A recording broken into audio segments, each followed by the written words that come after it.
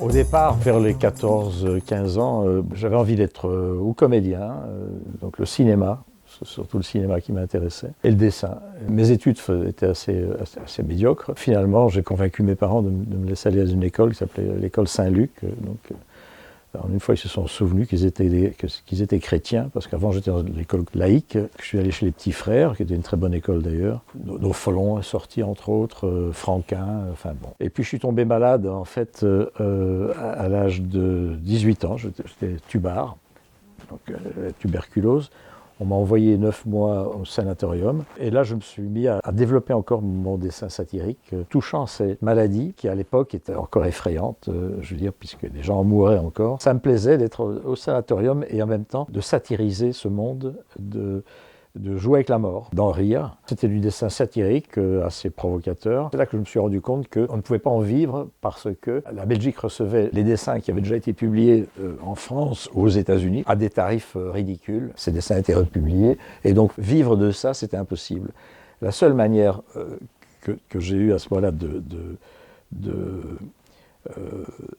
gagner ma vie avec, c'était de faire du dessin politique belge. Pour ça, il y avait de l'argent, puisque ça, ils ne pouvaient pas acheter à l'étranger. Et donc, c'est un peu comme ça que je suis devenu dessinateur satirico-politique. La politique ne m'intéressait absolument pas, il a fallu que je m'y intéresse. Et puis, bon, j'ai trouvé mon chemin là-dedans, d'une façon, en ce qui me concerne, qui a toujours été assez indépendante, non militante, mais en essayant de tirer à boulet rouge, en général, sur les plus puissants. Je ne crois pas qu'un dessin change quelque chose à la politique, à rien du tout. La seule chose, c'est qu'elle peut démystifier un petit peu, elle peut remettre les gens, les descendre de quelques échelons, les remettre les pieds sur terre, comme les gens qui les regardent. J'y ai cru aussi à un moment donné, mais je ne crois pas qu'un dessin politique change quelque chose, fondamentalement. Et au contraire, souvent, quand on commence à se prendre moralisateur à outrance comme ça, c'est-à-dire que la qualité du dessin s'en ressent, ça devient chiant, et ça perd beaucoup de sa drôlerie. Je ne crois même pas que ça amène beaucoup de réflexion. Donc je crois que c'est un médicament. Je crois que c'est important. Des choses qui nous pèsent, ou un personnage politique qui nous pèse, je veux dire qu'on peut plus voir en peinture, par exemple. Un bon dessin là-dessus, qui nous fait rire, c'est un bon médicament.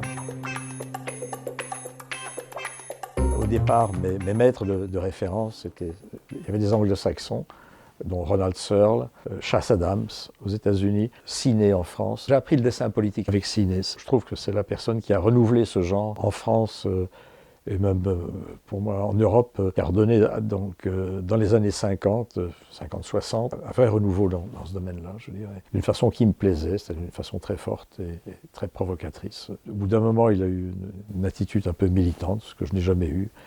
Mais bon, voilà, la qualité des dessins était remarquable.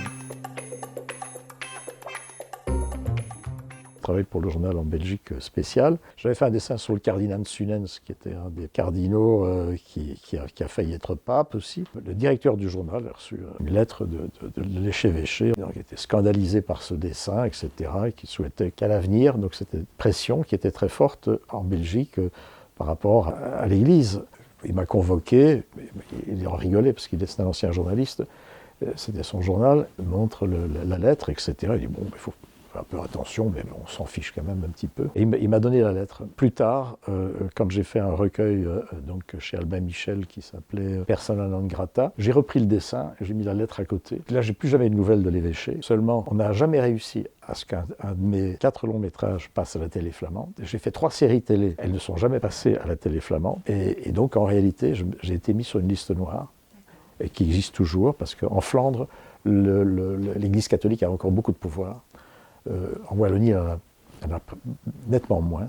Et donc, voilà, c'est des choses qui existent, quoi. C'est comme ça. D'autres histoires comme ça, le peintre Matta, qui vivait en Italie, dans un joli monastère qu'il avait racheté, avait décidé de faire une exposition, d'organiser une exposition avec des dessins impubliables, donc les dessins qu'on nous avait refusés. Et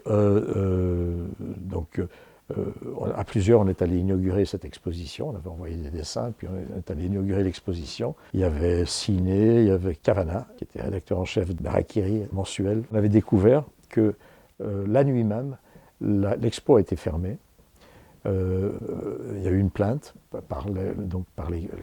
et qu'ils ont visité ils voulaient nous arrêter. Ils ont visité tous les hôtels.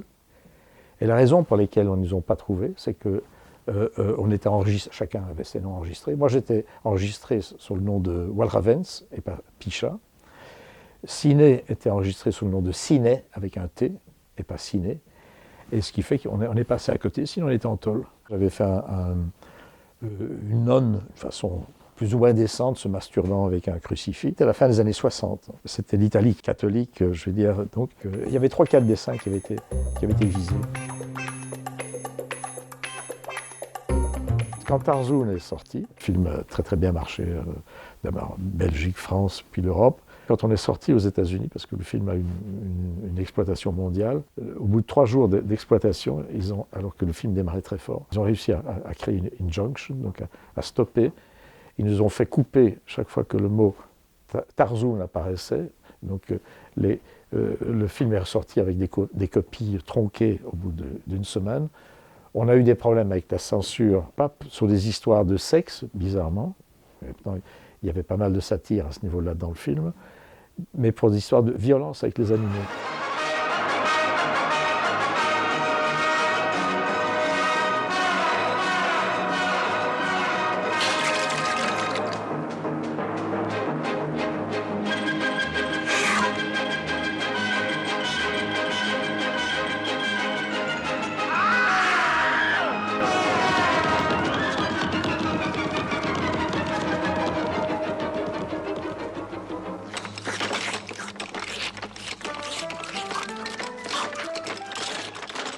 Les héritiers d'Edgar Rice Burroughs, l'auteur de Tarzan, nous ont attaqués en France. Enfin, c'était incroyable ce qu'ils demandaient. Ils demandaient la destruction du négatif. Donc ça veut dire que le film avait une certaine efficacité, manifestement. Ce procès a fait jurisprudence, a fait que, dorénavant, la notion de parodie, de satire, était tout à fait... donc il n'y a plus aucun problème avec ça au niveau du cinéma, parce que le problème ne s'était jamais posé d'une façon aussi violente, manifestement.